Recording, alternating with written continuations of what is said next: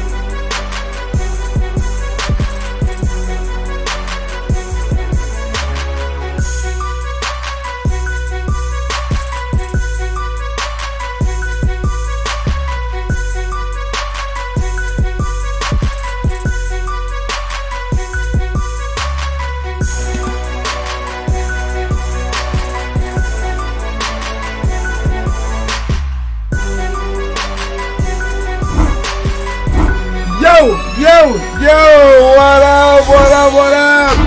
Yo, we got everything going on today, guys, including that shot right. Okay, I missed it. Forget it.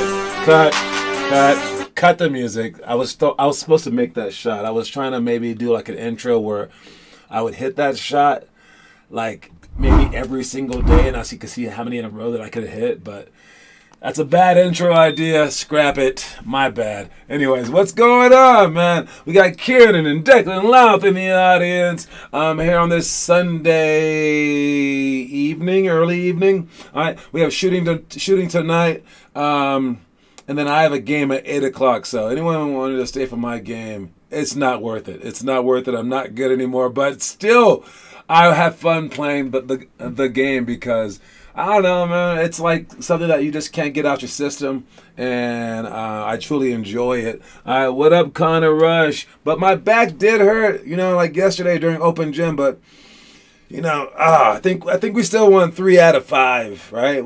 I think my team ended up winning, pretty sure.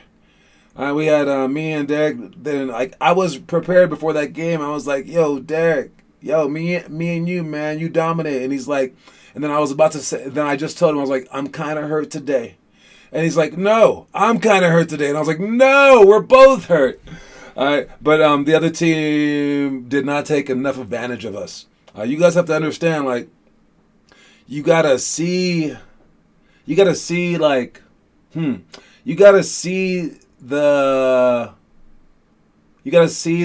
do I say? You got to see all the negatives of the other team and all the ways that you can take advantage of them, and then actually take advantage of them to win games. Now, I know that it's just open gym, but that's our practice in winning. It's a tough one. It's like, well, when do I play for myself? When do I play with just jacking up every shot? I don't know. I guess recess, at school, if you don't play then, I'd go to the rec center and just shoot every shot and just be a jerk, I guess. I don't know.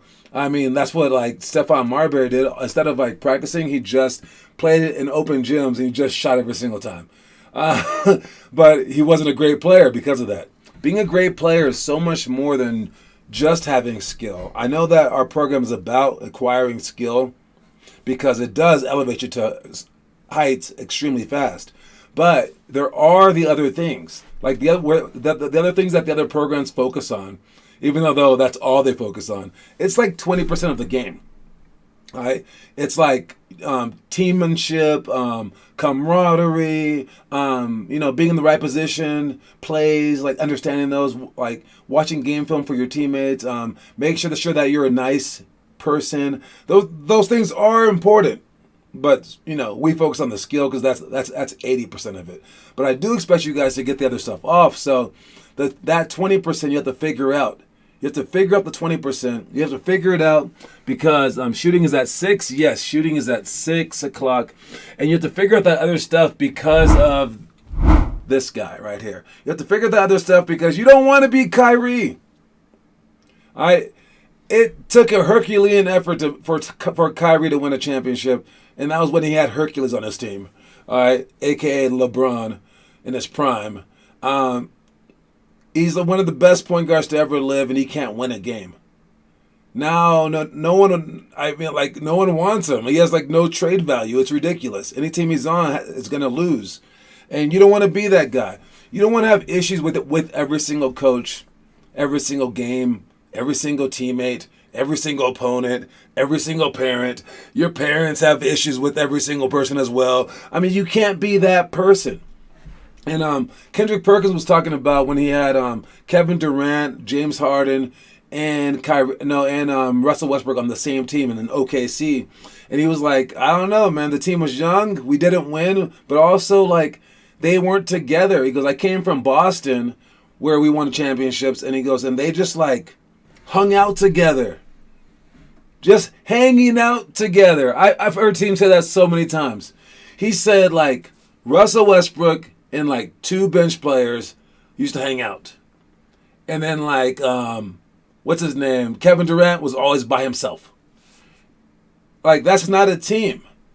you got, like, if you want to win, you do need to do those things as well. So if you're not like an outdoorsy person, or a person who's just like a nice human being, or like you don't like other people, or like you don't get along with other people, you might want to take up a sport like golf or tennis.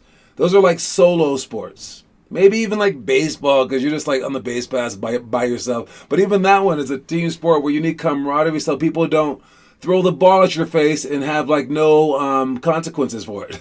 All right. So don't be a Kyrie. All right. Try to be a manageable person.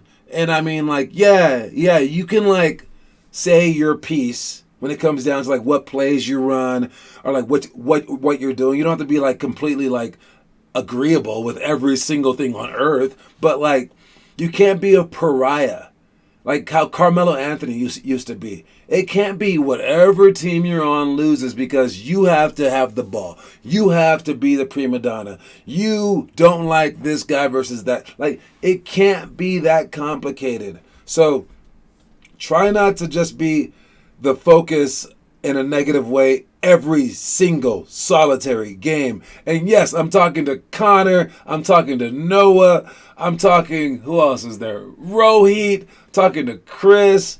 Who else is like this? Chris is actually decent during games. He's just bad during practices. Talking to any other pariahs on it? Like, not pariahs, I can't say, but like any other like contentious individuals.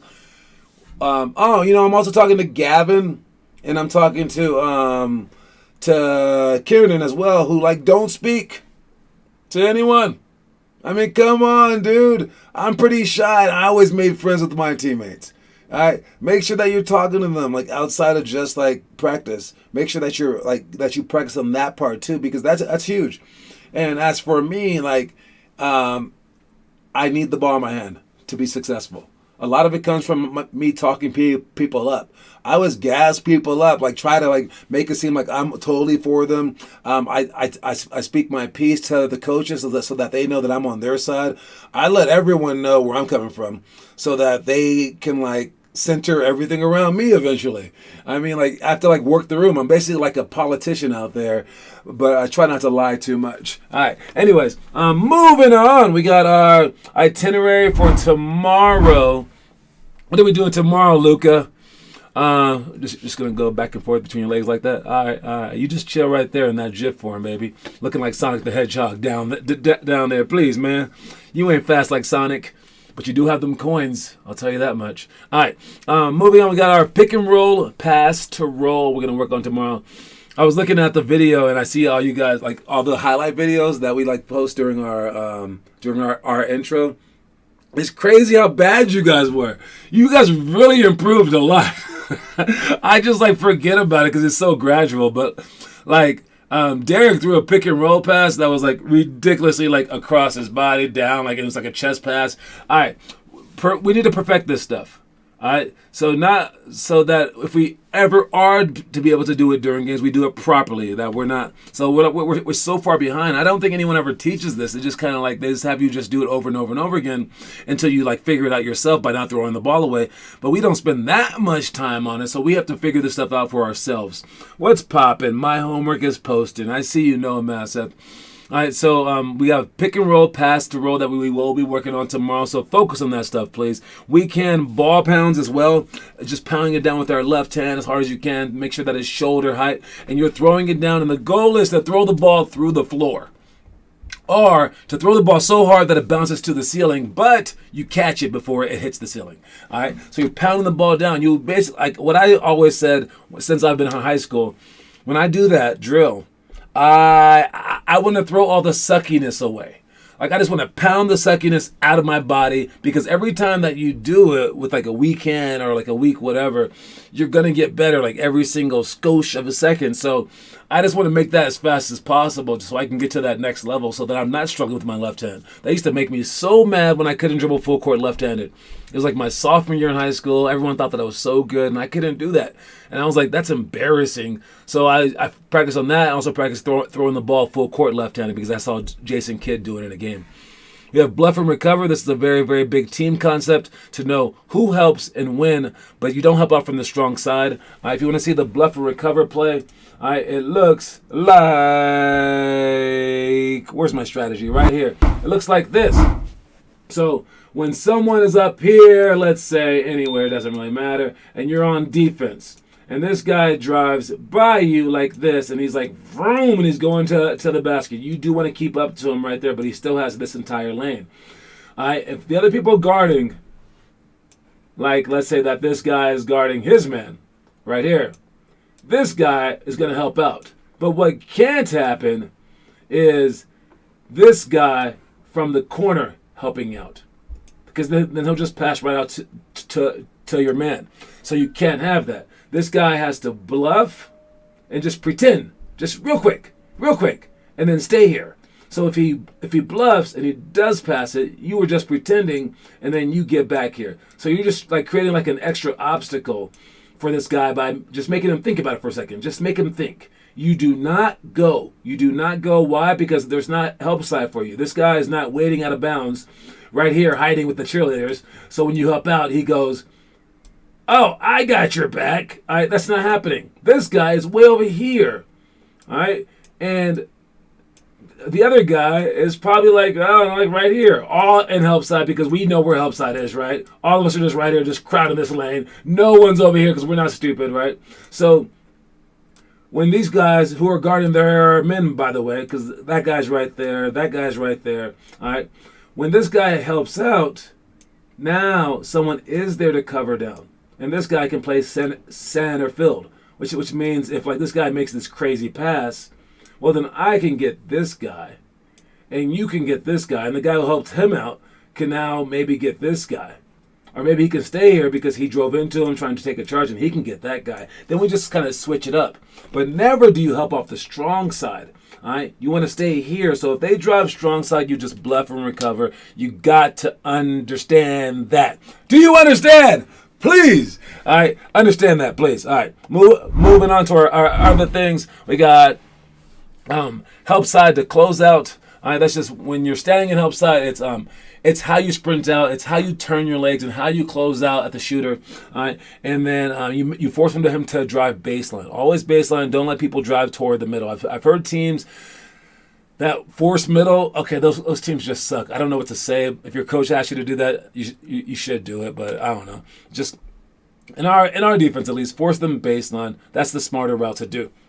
But make sure that you're stepping properly, make sure that you're stepping efficiently, make sure that you step right away so that you can get there on time, so you can basically just surround the defense. No matter where they catch the ball, someone's guarding them. And then they're like freaked out. And they're like, no one's open. I'm being double teamed every time that I drive. Do they have 6 guys on the court? That's what you want them thinking.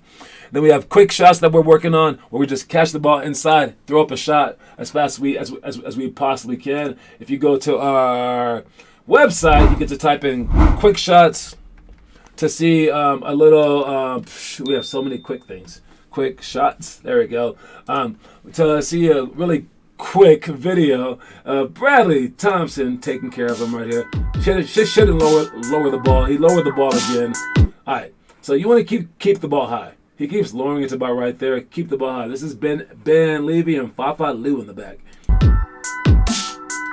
Okay, so he has the ball high. Will he keep it high? It's already right there. To shoot a quick shot, he needs to put it here and then just throw it up. Let's see what happens. Boom, he lowers it. All right, so this is a bad demo video, but why lower it? The ball's already here. Why take that amount of time? I mean, you're saying what? That's only like 0.5 seconds. Okay, cool. 0.5 seconds, and your defender was where? Like right here-ish? All right, well, let's say to run from one side of the court to the other side like this, like when you guys run your 17s, it takes about 3 seconds, 2.5 seconds really, to run from one side to the other.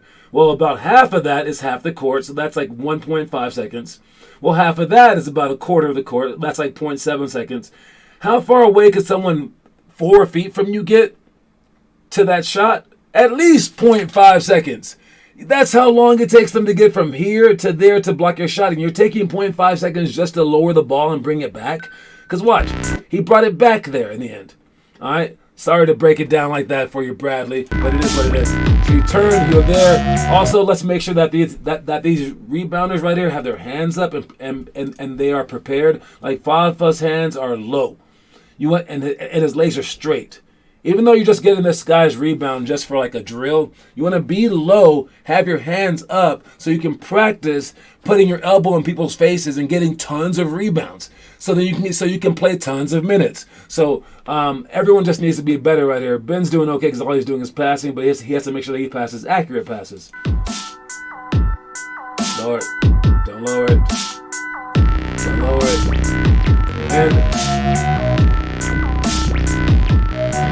And then you rotate. After that, these three guys will rotate. So that's the quick shot drill, and we will be doing that drill. We want to shoot 10 shots and then rotate. So for the slow groups, just 5, I guess.